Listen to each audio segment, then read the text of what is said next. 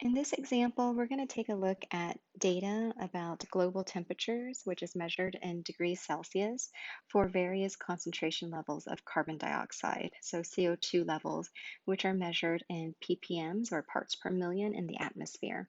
So anytime that we have a data set and we want to know if the two variables have a correlation, more specifically a linear correlation, then the first thing that we want to do is create a scatter plot. So we want to plot these data points to see if it has that linear trend. So if you take a look at the screenshot that I have below here, I've plotted this in my calculator. So I put CO2 into my calculator under L1 and temperatures into L2. Okay, and you can do that. So if you don't remember how to do that, I'll write on the side here. You're going to go to Stat, Edit, and then under Edit, you're going to type in your data into L1 and L2. Okay, all right, so after you do that, then you're going to turn on your stat plot. So you want to make sure that you turn on your stat plot.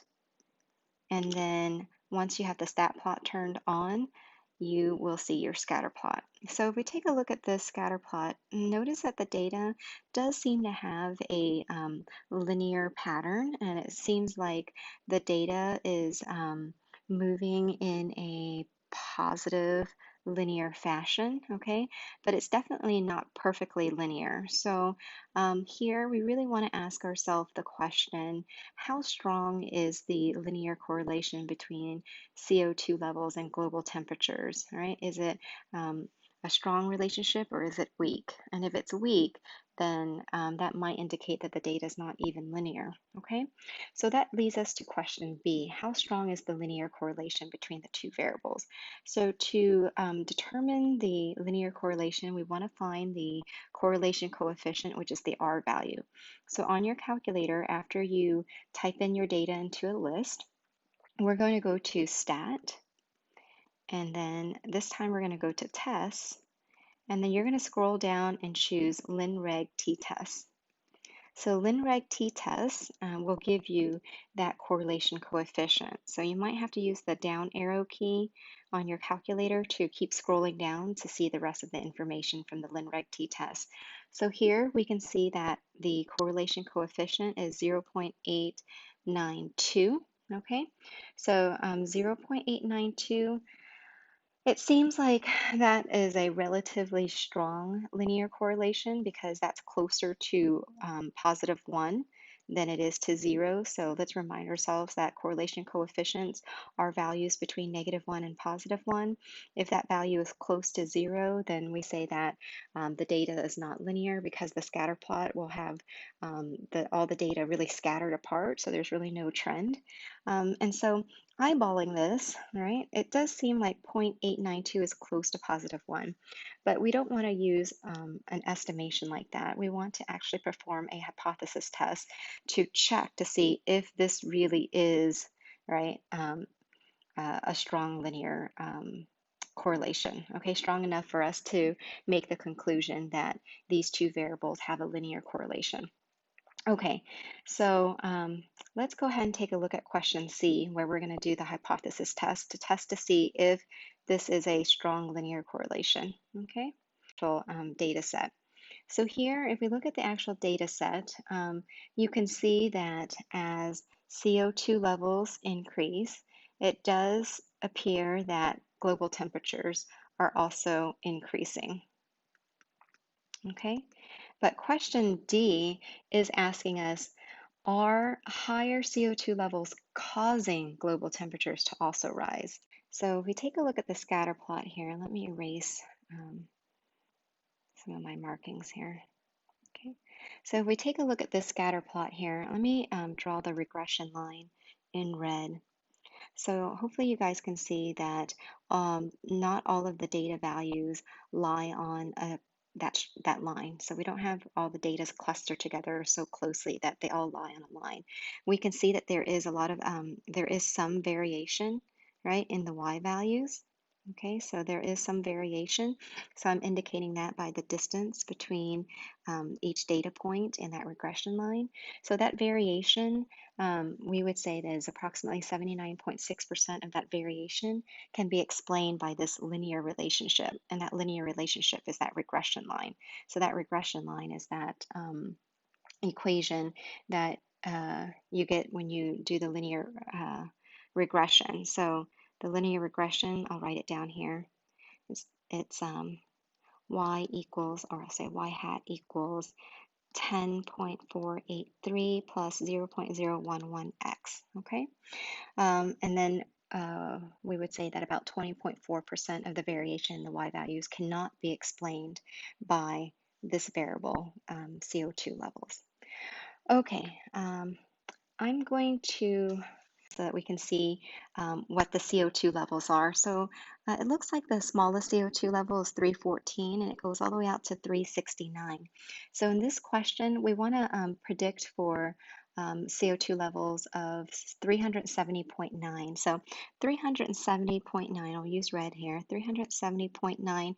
Can you see that that's pretty close to all the other values in the table? Okay, it's pretty close to 369.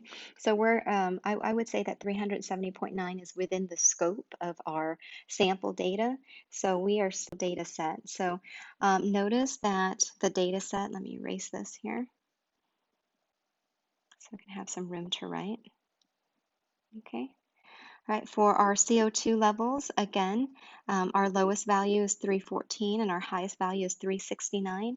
And we want to estimate for CO2 levels of 500 parts per million. So can you see that this value 500 is pretty far away from the rest of the data for CO2 levels? Okay, all right, jumping from 369 to 500, there's a really big gap right here. So because 500 is outside of the scope of our sample data for CO2 levels, actual data set, add up all the global temperatures here and divide by 1, 2, 3, 4, 5, 6, 7, 8, 9, 10, divide by 10. That gives you y hat. Y hat is the mean of those values. So I went ahead and did this in my calculator using one variable stat, okay, and choosing list 2, which is where I typed in my global temperatures, and it gives us a sample mean of 14.17 degrees Celsius. Okay, so all right, so the next step here, question C says determine whether there is sufficient evidence. So anytime you read a problem where it's asking you to determine if there is sufficient evidence, this is asking you to do the hypothesis test. So hypothesis test for correlation. Okay, and we're checking for correlation between CO2 levels and global temperatures. Okay, so to do this, again, you would do Lin-Reg t-test. Okay, and for all of our hypothesis tests, we always begin by writing our null hypothesis. So the null hypothesis is that rho equals 0, and the alternative hypothesis is that rho does not equal 0. Okay, if you do the Lin-Reg t-test, the Lin-Reg t-test will give us the R value, but it will also give us the test statistic, which is 5.58, and it will also give you the p-value. Okay, so the p-value here is 5.219. Your calculator is going to show e negative 4. So that's the same thing as 5.219 times 10 to the negative 4, which is a really small decimal. That's 0.005219. So that's our p-value. Okay, so I'm going to use the p-value method here. If you want to know how to use the critical value method, please watch the videos linked in the description below for other examples, and in the other examples I showed you both methods, the p-value method and the critical value method, but I'm going to just use the p-value method here. So I have the p-value at a significance level of 0.05. We can see that our p-value of 0.05219 is less than our significance level, so we are going to reject the null hypothesis that rho equals 0. So what this tells us is that there is sufficient evidence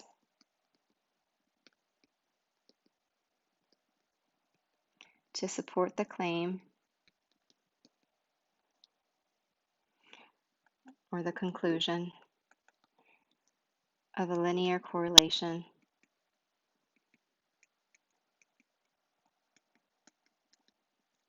between CO2 levels and global temperatures. So make sure that when you're writing your final conclusion that you actually write out the variables, okay? Don't just use the words, there is a linear correlation between the variables, because I'll circle variables and ask you, well, what are the variables? So state the actual variables, okay? All right, question D, are higher CO2 levels causing the global temperature to also rise? Okay, let's go back and take a look at that. So to answer that question, we would say not necessarily, okay? And the reason why we say not necessarily is because correlation, so even though these two variables are correlated with each other and have a strong linear correlation, correlation does not imply, I should say, correlation does not imply causation. Okay, so it is possible that higher CO2 levels are causing global temperatures to rise, but there could also be other factors or other variables that is also causing global temperatures to rise, and those are variables that are not considered in this data set. Okay, so be really careful about that. Let's take a look at question E. What does the R-square value tell us? So when you do the linear regression t-test, you'll get the R value, but it will also give you the R-square value. And if you don't have the R-square value, you can always just take the R value and square it. But we're told that the R-square value is 0.796. So go ahead and multiply this by 100 and convert that to a percent. So that's 79.6%, okay? What this value tells us is it tells us that we can conclude that 79.6% of the global temperature variations, or actually, let me reword this so it makes better sense. We can conclude that 79.6 of the variation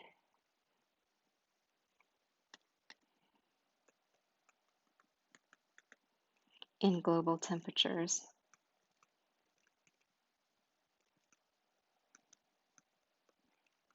can be explained by the linear relationship. Okay. However, 20.4%, so 20.4% is 100% minus 79.6%, okay? But 20.4% of variations in temperature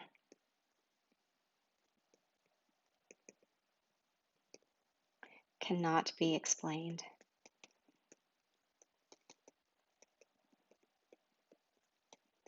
by CO2 levels, okay?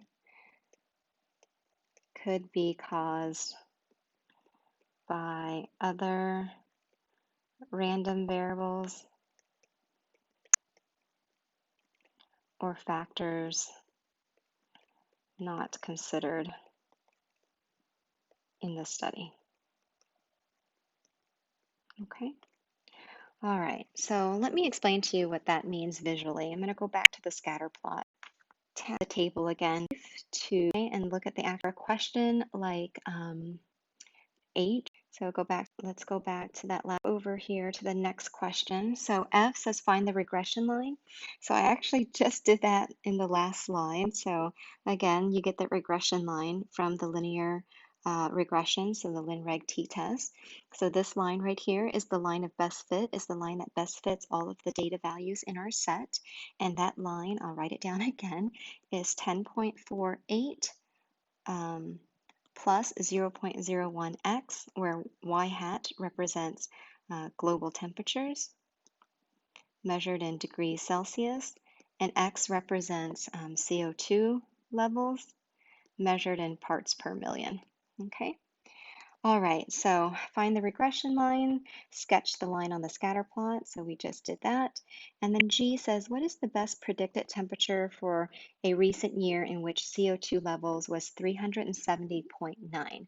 So 370.9, we got to check to see if this value is within the range or the scope of our actual data value. Because if it is, then we can use this equation to make a pretty good prediction. But if this point is really far away from all the other data values in the set, then you don't want to extrapolate using this regression model because it might not give you a valid predictor. Okay, so let's do we're safe to use the regression line to predict. So to do that, we're going to simply substitute that value into the equation where we see x,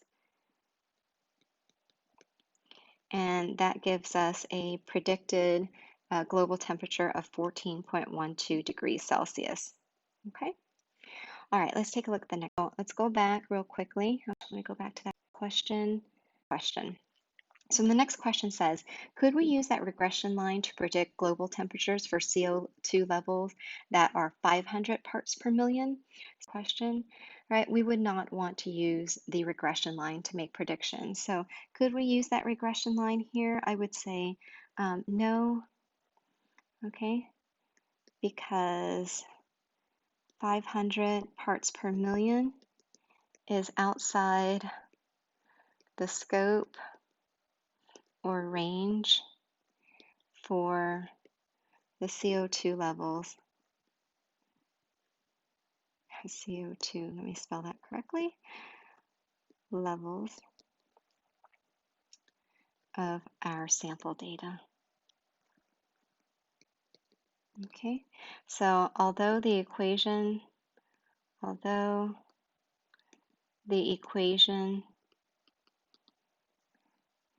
will give us a value for y hat, it may not be valid. Okay. All right, so be careful about extrapolating beyond the scope of your sample data. Now I says, suppose that the R value was 0.3. So let me write down what the actual R value is. So the actual R value for the data set was 0.892. And from the hypothesis test, that showed that there was a strong linear correlation between our two variables. And it was enough to prove that the two variables actually have a linear correlation. But question I says, suppose the linear correlation or the correlation coefficient wasn't 0.892. Let's suppose that it was only 0.3 or some value closer to 0. So again, our correlation coefficient is always a value between -1 and +1. So 0.3 is closer to 0 than it is to +1, right? So if we suppose that R is 0.3, then could we use the regression line to predict temperatures for CO2 levels when CO2 levels are 370.9 ppms? So even though we said in question G that 370.9 is within the range, okay, of our sample data, okay, if our correlation coefficient, so if the correlation coefficient R, okay, is close to 0, okay, this implies that there is not a strong linear correlation. Therefore, okay, it will not be appropriate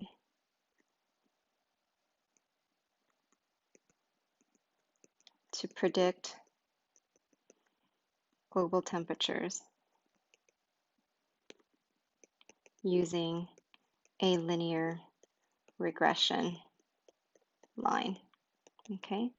All right, so what that is saying is it's saying it doesn't make sense for us to use that equation y equals 10.48 plus 0.011x. It doesn't make sense for us to use this equation to make predictions if it turns out that our two variables, okay, are not even linear, okay? Because this equation here represents data that is linear. So if our data is not linear because our correlation coefficient is close to zero, then you would not want to use that regression line to make predictions. Any predictions made with that line will give you values that are not valid. So in a situation like this, what you should be asking yourself is, okay, if I can't use the regression line to make predictions, then what can I use? So what could I use to make a prediction for a value like 370.9? And the answer to that question is you would use the sample mean, okay, for global temperatures. This is the best predictor if the data, or if the variables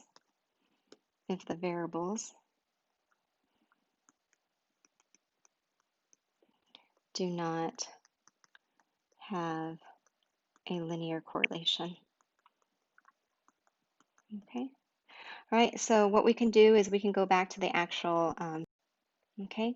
So if I wanted to make a prediction in this situation, I would use y bar, which is 14.17 degrees Celsius.